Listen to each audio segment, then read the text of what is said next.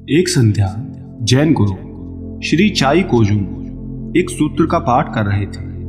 तभी एक चोर उनके कक्ष में एक तलवार लेकर धीरे से घुस जाता है और उनके पीछे तलवार तान उनसे कहता है कि या तो धन या फिर अपना जीवन दे दो। श्री चाई गुरु कहते हैं, बाधा मत डालो, वहां बगल के दराज में तुम्हें पैसे मिल जाएंगे।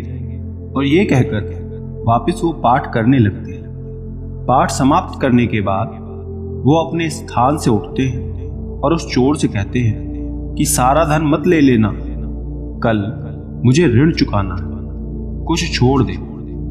उस चोर ने अधिकांश धन ले लिया और वहां से जाने लगा। तब जैन गुरु श्री चाई ने उस चोर से कहा कि जब कोई तुम्हें उपहार दे तो उसे धन्यवाद कहना चाहिए। ये सुन वो चोर उन्हें धन्यवाद कहकर वहां से चला जाता है और कुछ दिन बाद वो चोर पकड़ा जाता है। तब वो जैन गुरु श्री चाई के यहाँ किए अपराध को भी स्वीकार कर लेता है। उसके बाद जब जैन गुरु श्री चाई को गवाही हेतु बुलाया जाता है और उनसे सत्य पूछा जाता है, तब उन्होंने कहा कि वो व्यक्ति चोर नहीं है। जहां तक मेरा संबंध है, मैंने उसे रुपए दिए और उसके बदले उसने मुझे धन्यवाद दिया। ये सुन उस चोर को स्वयं से ही अपनी गलती का एहसास हो जाता है और उसके बाद जब उस चोर का कारावास पूरा हो जाता है, तब वो बाहर आकर सबसे पहले जैन गुरु श्री चाई के पास जाता है और उनसे अपने अपराध के लिए क्षमा मांगता है और फिर वो जैन गुरु श्री चाई का शिष्य बन जाता है। इसी संबंध में एक और कथा है। ये कथा जैन गुरु वाकई के संबंध में है। जब जैन गुरु वाकई संघन ध्यान हेतु एकांतवास में लंबे आयोजन करते थे, तब जापान के कई हिस्सों से शिष्य उसमें शामिल होने के लिए आते थे। ऐसे ही एक आयोजन में एक शिष्य चोरी करते हुए पकड़ा गया। अपराधी को जैन गुरु वाकई के पास ले जाया गया और अपराधी को बाहर निकाल देने की प्रार्थना की। सारी बात जानने के बाद जैन गुरु वाकई ने इसकी उपेक्षा कर कुछ दिन बाद पुनः वो शिष्य चोरी करता पकड़ा गया। सबने फिर जैन गुरु वाकई से उसे निकालने की प्रार्थना की और उसे फिर से जैन गुरु वाकई ने उसकी उपेक्षा कर दी। इस घटना से अब दूसरे अन्य जैन शिष्य क्रोधित हो गए। उन्हें यह बिल्कुल भी ठीक नहीं लग रहा था कि जैन गुरु उनकी बात की उपेक्षा क्यों कर रहे हैं। एक चोर को हमारे साथ क्यों रखा है, इसका यहां रहना कतई उचित नहीं है। तब उन्होंने इसके संबंध में एक याचना पत्र लिखा था कि यदि उस चोर शिष्य को यहां से नहीं निकाला तो वो सब यहां से चले जाए। पत्र जैन गुरु के पास जाता है, वो इसे पढ़ते हैं और पत्र पढ़ने के बाद सभी शिष्यों को एकत्र करके कहते हैं कि तुम सभी भाई बुद्धिमान हो, तुम सभी सही गलत भली भांति से जानते हो। यदि तुम भिक्षा के लिए अन्य स्थान जाना चाहते हो तो जा सकते हो, आपको कोई नहीं रोकेगा। परंतु ये बेचारा तो कुछ नहीं समझता, इसे तो ये भी नहीं पता कि क्या सही है और क्या गलत। यदि मैं इसे शिक्षा नहीं दूंगा तो कौन देगा। यदि तुम सब यहां से चले भी जाते हो तो भी मैं इसे यहां शिक्षा दूंगा। ये सब सुन उस चोर शिष्य की आंखों से आंसू बहने लगते हैं। अब उसके भीतर से चोरी करने की भावना समाप्त हो गई। ये दोनों जैन कथा कहीं ना कहीं गुरु के भीतर की प्रेम करुणा को दर्शाता है कि किस प्रकार गुरु की जो करुणा होती है अपने शिष्य के प्रति, वो अपरंपार होती है। पहली कथा में गुरु शिष्य को चोरी करने से मना भी नहीं करती और ऐसा कुछ किया कि बाद में उन्होंने झूठ भी नहीं कहा। सच में उस चोर चाहे बेमन से ही सही धन्यवाद तो दिया था, और जब वो गहरी चोट उस शिष्य को लगी तब सत्य का स्वरूप उसने गुरु के भीतर देख उन्हें नतमस्तक किया।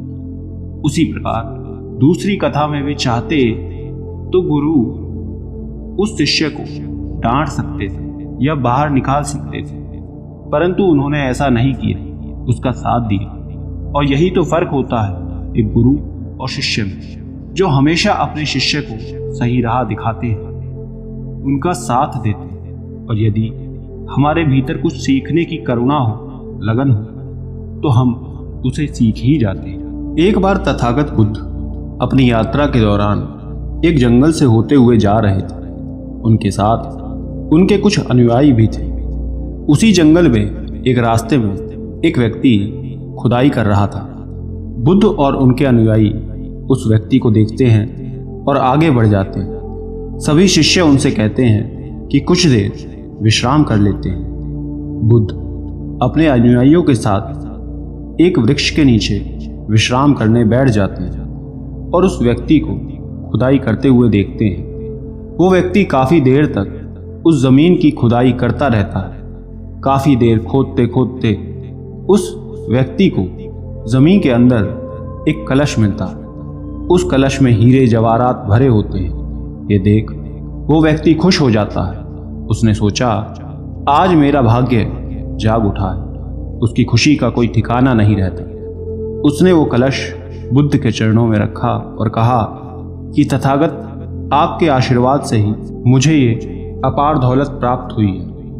मैं आपका आभारी हूँ। मैं इसमें से कुछ रत्न आपको भेंट करना चाहता हूँ। ये सुन तथागत बुद्ध कहते हैं कि तुम्हारे लिए ये दौलत होगी, तुम इसे पाकर बहुत खुश होंगे, लेकिन मेरी नज़र में ये एक विष के समान है। बिना परिश्रम के मिला हुआ धन भी विष के समान होता है। उसमें आपका कोई योगदान नहीं होता। ये सुन वो व्यक्ति नाराज हो जाता है और कलश लेकर वहाँ से लौट जाता है और उस हीरे जवाहरात को वो बेचकर उसके बदले में बहुत सारी कीमत ले लेता है और उनसे धनी धनवान बन जाता है। वो अपने लिए संपत्ति खरीदता है।